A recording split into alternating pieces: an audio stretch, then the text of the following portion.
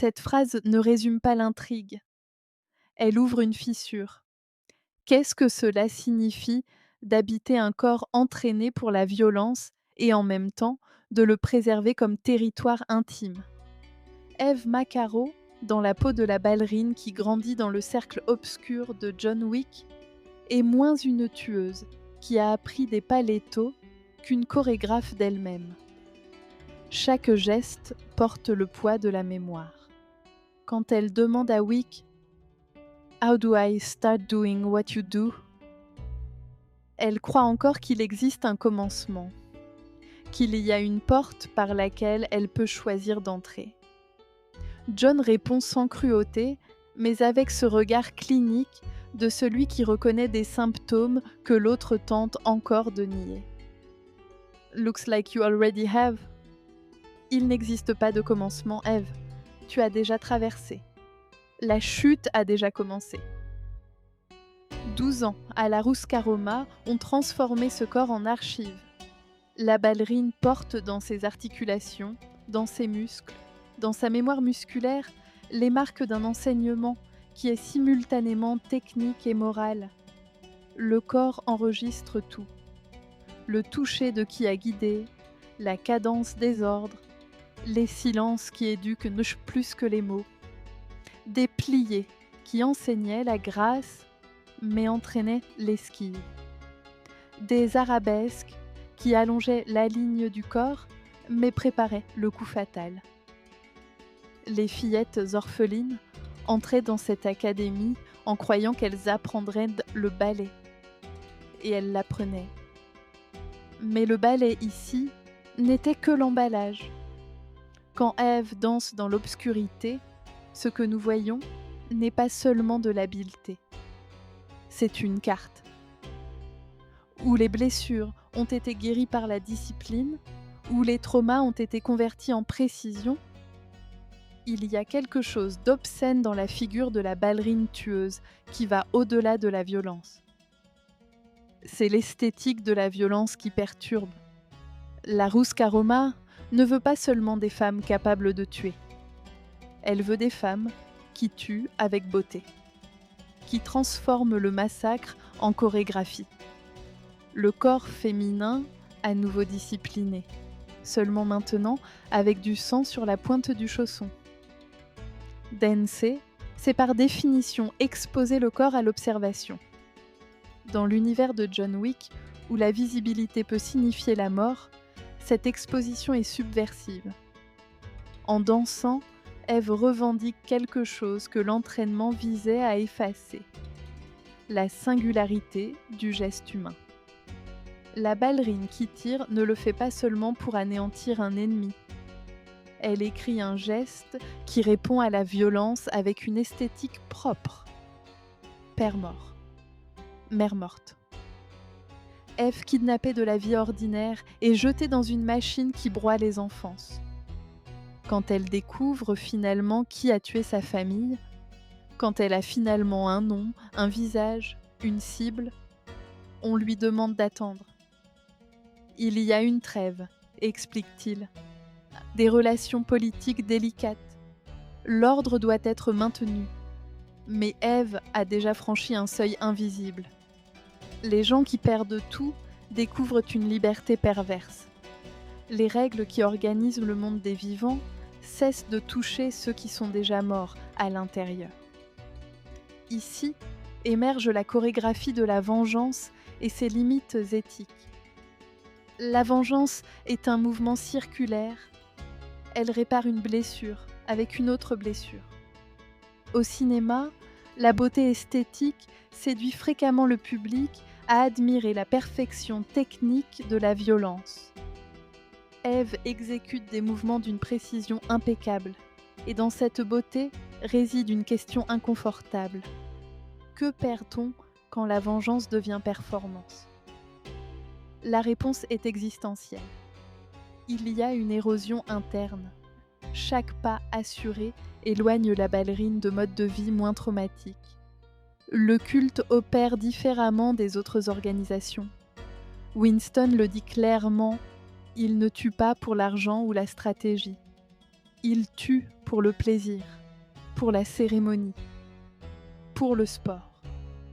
Et c'est là que réside une ironie qu'Ève ne peut pas voir. Elle a été formée dans un système tout aussi brutal. Seulement ce système a un organigramme, une hiérarchie, des protocoles. La violence institutionnalisée s'habille toujours de légitimité. Mais échanger un bourreau professionnel contre un cultiste fanatique change-t-il vraiment quelque chose ? Quand Ève reçoit le titre de Kikimora, l'épreuve finale révèle la nature exacte du piège. Elle doit tuer quelqu'un de la Rouska-Roma. Un traître, prétend-on. Mais ce qui compte n'est pas qui elle tue, c'est ce que l'acte signifie.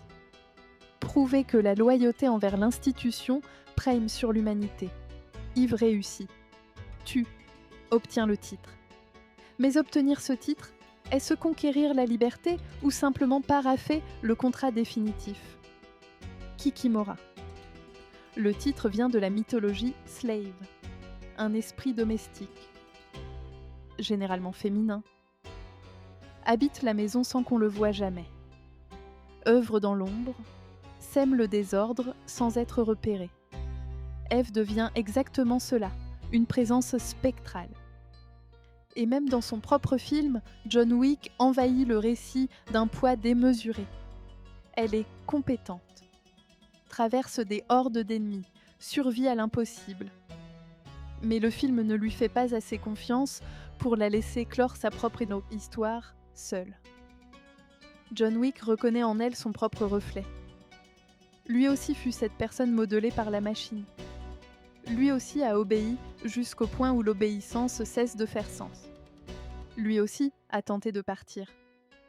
Tenté plusieurs fois, sans jamais y parvenir. Quand il dit « on dirait que c'est déjà le cas », le ton ne porte aucun encouragement. Il porte un deuil. Tu chutes déjà, Ève. Je reconnais la trajectoire. Je l'ai moi-même entièrement tracée. Et il n'y a pas de sol dans cette chute. Oui, qu'est la prophétie accomplie. La légende vivante. Le Baba Yaga. Mais aussi l'homme qui porte dans le regard l'épuisement de celui qui ne peut s'arrêter même quand il le voudrait. Il est l'avertissement que personne n'écoute parce que les avertissements n'ont de sens qu'avant la chute. La différence cruciale, Ève peut encore s'arrêter. John a déjà traversé des centaines de corps, a déjà tout perdu. Yves détient encore, précairement peut-être, une chance de choisir un autre chemin. Mais quand elle descend dans les tunnels obscurs de Hallstatt, munie d'un lance-flamme calcinant des cultistes dans les ténèbres comme on éradique de la vermine, elle se métamorphose exactement en ce qui l'a détruite. Une figure cauchemardesque surgissant des ombres. Feu, ténèbres, anéantissement. Le lance-flamme charrie un symbolisme difficile à ignorer. Le feu purifie, dit la tradition. Mais le feu dévore aussi et sans distinction. Quand John fait exploser la cuve de carburant pour arracher Ève à ses propres flammes, peut-être accomplit-il un sauvetage plus profond. L'empêcher d'être entièrement consumée par l'incendie qu'elle a elle-même allumé. Le film possède une conscience de soi. Les séquences d'action sont chorégraphiées avec la même rigueur métrique qu'Ève a répétée des années durant à l'académie. Chaque tir obéit à un décompte intérieur. Chaque coup suit le rythme d'une musique qu'elle seule entend. Yves combat comme elle danse, parce que pour elle, ces deux gestes ont déjà complètement fusionné. Le corps qui a appris le grand jeté est le même qui a appris à tuer. La discipline n'a pas changé. Seule a changé le résultat final. L'image de la ballerine exposée à la pluie, au feu, à l'affrontement physique, livre une intuition inattendue. La vulnérabilité n'est pas faiblesse, elle est condition de puissance. En exposant son corps aux intempéries, Ève revendique la capacité de sentir comme outil de jugement et d'action. Quand la ballerine troque le masque contre un visage mouillé de pluie, on assiste à un geste philosophique, le choix entre être idée et être chair. Le masque universalise, le visage singularise. C'est un mouvement éthique radical. Préférer la vulnérabilité du visage reconnaissable à la sécurité de l'invisibilité. La tragédie d'Ève ne se réduit pas à la violence subie, c'est la violence embrassée. Elle disposait d'autres options théoriquement accessibles. Elle aurait pu fuir, tenter de bâtir une vie ailleurs. Mais elle choisit de rester. Veut tout régler. Seulement régler à l'intérieur de ce système revient simplement à alimenter le moteur. Revient à accepter que le seul langage valide soit celui de la violence. La question que soulève le film sans y répondre: peut-on détruire une structure d'oppression avec les outils mêmes que cette structure nous a donnés? Ève a été dressée pour tuer. Elle utilise ce dressage pour venger sa famille. Mais ce faisant, elle ne démantèle rien. Elle ne fait que perpétuer, devient un rouage de plus fonctionnant exactement comme il fut conçu pour fonctionner. John le comprend mieux que quiconque. Voilà pourquoi il hésite quand Ève demande de l'aide. Voilà pourquoi il tente de semer une graine de doute. Mais le moment est passé. Ève a déjà endossé le récit complet. Croit déjà qu'honorer son père consiste à tuer celui qui l'a tué. Mais on ne conquiert pas la liberté avec les chaînes mêmes qui nous ont entravés. On ne fait que changer de menottes. Yves possède ce qui manque à la plupart des personnages de cet univers, une fragilité visible. Elle pleure, tremble, éprouve la peur d'une manière que John Wick semble avoir oubliée. Anna de Armas insuffle une vulnérabilité qui cohabite avec la brutalité sans en annuler aucune. Ève ne veut pas devenir légende. Elle veut seulement comprendre ce qui lui est arrivé. Et c'est ici que réside l'éthique du spectateur. Regarder une scène comme la sienne exige un examen de soi. Nous sommes séduits par l'efficacité, par la beauté du mouvement. Nous sommes invités à justifier le coût esthétique par le récit juste de la vengeance.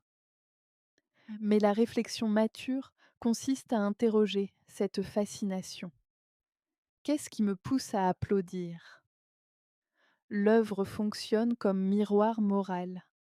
Elle nous contraint à voir où nos jugements moraux cèdent face au ravissement esthétique. À la fin, Ève s'enregistre officiellement au Continental. Accepte de faire partie de cet écosystème. Elle a tout perdu. Est devenue arme à exécuter sa vengeance. Accomplit la mission. Et maintenant, la voilà seule dans une tour de conquête creuse. La satisfaction dure quelques secondes, la douleur demeure à jamais. La violence ne guérit pas le traumatisme. Elle ne fait que multiplier le traumatisme et le distribuer à davantage de gens. Peut-être le film dit-il quelque chose de simple mais de dévastateur. Il n'existe pas de héros dans l'univers de John Wick. Seulement des survivants épuisés dansant une chorégraphie de mort qui ne finit jamais. Ève voulait être libre. Mais la liberté dans ce monde n'est qu'un autre nom pour la solitude absolue de celui qui n'a plus rien à perdre. La danse d'Ève affirme que la transformation éthique commence par de petits choix quotidiens, par la décision de répondre par le silence, de danser quand on pourrait vous demander de bouger comme une arme. Le mérite du film ne tient pas seulement à sa chorégraphie de la violence. Il tient à ce qu'il montre. Même dressés pour annuler la vie, les corps portent toujours une possibilité de réinvention. On lui a appris à danser avec le danger. Elle a appris à répondre par le silence. Ève incarne la complexité du sujet post-traumatique qui refuse la simple répétition pour composer quelque chose qui lui appartienne. Sa danse est résistance, langage, archive et risque. L'autonomie humaine passe par la reconnaissance de soi, par le courage de préférer le visage, la mémoire et la danse propre. Elle a obtenu tout ce qu'elle voulait, et rien de cela n'a restitué ce qu'elle a perdu.